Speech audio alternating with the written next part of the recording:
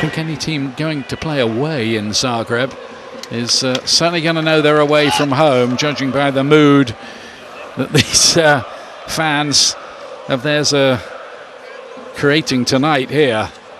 Only 1,500 of them, but what amazing support they've given their team here.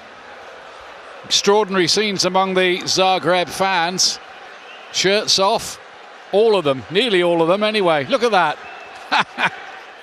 You can only imagine what Manchester City's visit there will be like on the final day of the group, particularly if Dinamo Zagreb still have something to play for.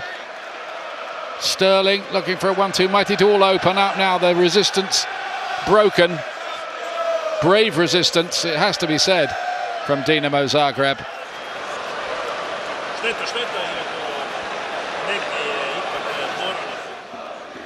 Pretty incredible, really, how it's still 0-0. I bet you Zagreb won't believe the fact that they've got into the break at 0-0, conceding so many chances, unlike City not taking those chances.